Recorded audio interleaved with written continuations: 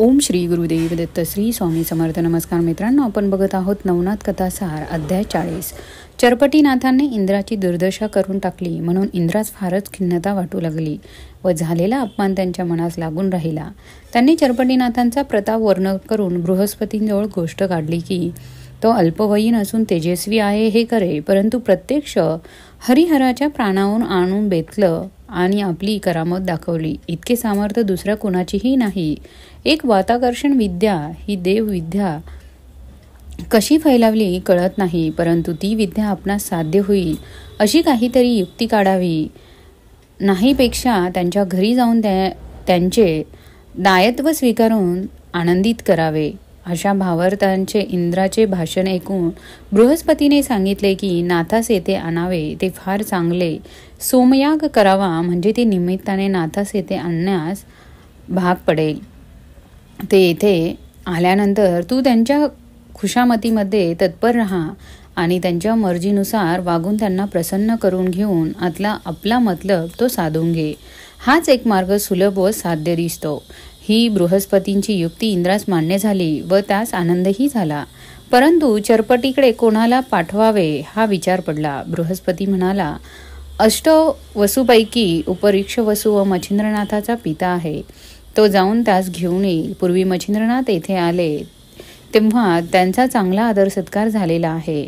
ते नाथास घेऊन तुझा हेतू हा सफल करतील. हे ऐकून इंद्राने उपरीक्ष वसूस बोलावून त्यास आपला हेतू सांगितला व विमान देऊन नाथास आणण्यासाठी पाठवले.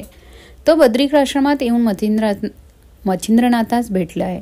गोरक्ष, धर्मनाथ, चौरंगी, कानिफनाथ, गोपीचंद्र, जालंधर, अडभंगी आदी नाथ मंडळी तेथेच होती. उपरीक्ष वसू येताच मच्छिंद्रनाथांनी उठून त्यांच्या पायावर मस्तक ठेवले. त्याने सर्वांसमक्ष इंद्राचा निरोप कळविला आणि बोध करून नवनाथास अमरपुरीस घेऊन येण्यासाठी फारच आग्रह केला. त्यांच्याकडून येण्याचे कबूल करून घेतले. नंतर जालंधर, कानिफा, चौरंगी, मच्छिंद्र, गोरक्ष, अडभंगी, गोपीचंद्र आदी करून जोगी विमानात बसले. गौड बंगाल्यास हेळपट्टमास येऊन गोपीचंदाने आपल्या आईस घेतले. तेथून गावी जाऊन वटसिद्धीनाथास बोध करून बरोबर घेतले. तसेच गौतमीच्या तीरे जाऊन भर्तरीसही घेतले. ताम्रपर्णीच्या काठी जाऊन चरपटीनाथास घेतले. पुणे प्रांतात विडगाहून रेवणनाथास घेतले. याप्रमाणे 84 सिद्धांसह नवनाथ विमानात बसून सोमयागाकरता अमरावतीस गेले. त्यांचे विमान आलेले पाहिल्याबरोबर इंद्रनाथास समोर गेले आणि नम्रपणाने बोलून त्यांच्या पाया पडला. मग त्याने सर्वांस घरी नेऊन आसनावर बसवले व त्यांची षडोपचाराने पूजा देखील केली. सर्व देव आनंदाने त्यांच्या पुढे उभे राहिले. नंतर सोमयज्ञ करण्याचा आपला हेतू इंद्राने सर्वात सांगितला व कोणत्या स्थानाची ही योजना करावी हे कळवण्यासाठी प्रार्थना देखील केली. मच्छिंद्रनाथ व बृहस्पती यांनी आपापसात विचार करून सिंहल द्वीपालमध्ये हे अटव्य अरण्य आहे. तेथे शीतल छाया असून उदकाचा सुकाळ असल्याने ते ठिकाण यज्ञान तयारी केली व श्रीसह स्वतः यज्ञान बसवण्याचा विचार करून बृहस्पतीकडे मंत्र म्हणण्याची व नवनाथांकडे कुंडात आहुती देण्याच्या कामाची त्यांनी योजना केली. हे वन किलोतलेच्या सीमेत होते म्हणून तेथे असलेल्या मीननाथांची मच्छिंद्रनाथास आठवण झाली. म्हणून मच्छिंद्रनाथाने उपरक्ष वसूस त्या दोघांस घेऊन येण्यास सांगितले. त्याप्रमाणे किलोतेसही मी तेथे घेऊन येतो असे सांगून उपरीक्ष वसू गेले व ते सर्व आल्यावर मच्छिंद्रनाथांनी त्यांना राहून घेतले. मच्छिंद्रनाथांनी मीननाथास विद्याभ्यास शिकवला. पुढे बृहस्पतींनी इंद्रास सांगितले की आपण यज्ञात न बसता उपरीक्ष वसूस बसवावे. नंतर बृहस्पतीच्या शिफारशीवरून उपरीक्ष वसूच्या हातात इंद्राने यज्ञकंकण बांधले व आपण देखरेख ठेवू लागला. तो पदार्थ लागेल तो इंद्र स्वतः देत होता. त्याने सेवा करण्यात कसूर ठेवली नाही. त्यावेळची इंद्राची अस्था पाहून सर्व जती प्रसन्न झाले. मीननाथास मच्छिंद्रनाथ विद्या शिकवित असता इंद्राने मयुराच्या रूपाने गुप्तपणे झाडावर राहून वाताकर्षण मंत्रविद्या साधून घेतली.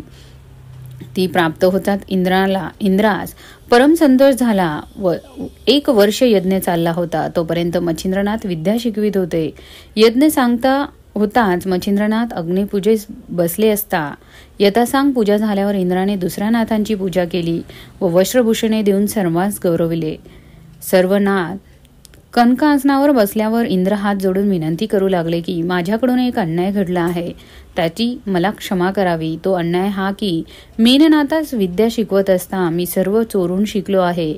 आपण वर देऊन ती फलद्रूप करावी. इंद्राचे हे चौर्यकृत्य ऐकून सर्व नाथांनी रागाने शाप दिला की तू कपटाने आम्हास आणून विद्या साधून घेतली आहेस, पण ती निष्फळ होईल. तो शाप ऐकून उपरक्ष वसू व बृहस्पती यांनी पुष्कळ प्रकारांनी विनवून त्यांना संतुष्ट केले. नंतर इंद्राने एवढ्या दीर्घ प्रयत्नाने व अतिश्रमाने साधलेली विद्या फलद्रूप होण्यासाठी काहीतरी तोड काढावी अशी देवदिकांनी विनंती करून रथबदली केली. नंतर नाथ म्हणाले, इंद्रांनो, 12 वर्ष तपश्चर्या करावी व नागपंथाचा छळ करू नये, म्हणजे त्यास ही फलद्रूप होईल. असा उशाप देऊन विमानरूढ होऊन सर्व नाथ पृथ्वीवर आले व तीर्थयात्रा करू लागले. यावेळी मच्छिंद्रनाथाने किलतलेस विचारून मीननाथासह समागम घेतले होते. मौनावतीस हेडमापट्टामास पोचवले. मीननाथांचे सिद्ध शिष्य 3 झाले. त्या सर्व नाथांची फाटाफूट होऊन ते तीर्थयात्रा करत फिरू लागले. इंद्राने सह्याद्री पर्वतावर 12 वर्ष तपश्चर्या केली. मंत्रयोगाच्या वेळेस तो जे पाणी सोडी त्या उदकांचा प्रवाह वाहू लागून तो भीमरथीस मिळाला. त्या ओघास इंद्रायणी असे नाव पडले. याप्रमाणे तपश्चर्या पूर्ण झाल्यावर इंद्र अमरावतीस गेला. नवनाथ बहुत दिवसापर्यंत तीर्थयात्रा करत होते. शके 1710 पर्यंत ते प्रगट रूपाने फिरत होते. नंतर गुप्त झाले. एका मठीमध्ये कानिफनाथ राहिले. त्यांच्याजवळ वरच्या बाजूने मच्छिंद्रनाथ, ज्याच्या बायबा असे म्हणतात, ते राहिले. जालंधरनाथ जानपीर म्हणतात, तो गिरोवर राहिला आणि त्याच्या खालच्या बाजूस गहिनानाथ, त्यास गैरपीर म्हणतात. वडमाळेस नागनाथ व रेवणनाथ बिड्ड गावी राहिले. चरपटीनाथ, चौरंगीनाथ व अडबंगीनाथ गुप्त रूपाने अद्याप तीर्थयात्रा करीत आहे. भरतरी पाताळी राहिला. मीननाथाने स्वर्गात जाऊन वास केला. गिरणारी पर्वती दत्तात्रयांच्या आश्रमात गोरक्षनाथ राहिले. गोपीचंद्र व धर्मनाथ हे वैकुंठास गेले. नंतर विष्णूने विमान पाठवून मौनावतीस वैकुंठास नेले. 84 सिद्धांपासून नागपंथ भरभराटीस आले. आता नवनाथांचे चरित्र संपले असे सांगून मालूकवी म्हणतात, गोरक्षनाथांचा या ग्रंथाविषयी असा अभिप्राय आहे की यात जो कोणी खरे मानेल किंवा त्यांची निंदा करील किंवा विघ्न संतोषी इह परलोकी सुखी न राहता तिचा निर्वश होऊन तो शेवटी नरकात पडेल. हा श्री नवनाथ भक्ती कथासार ग्रंथ शके 1741 प्रार्थानी नाम सत्स्वरी श्रेष्ठ शुद्ध प्रतिपेस मालकवींनी श्रोत्या सुखरूप ठेवण्यासाठी व त्यांचे हेतू परिपूर्ण होण्यासाठी श्री दत्तात्रयांची व नवनाथांची प्रार्थना करून संपवला. या अध्यायाचे पठन केले असता, वाचन केले असतात कामधेनूप्रमाणे प्रत्येक इच्छा ह्या पूर्ण होतील व पुण्य देखील वाढेल. मित्रांनो, आपल्या नवनाथ भक्तिसागरचे हे संपूर्ण भाग बघण्यासाठी धन्यवाद.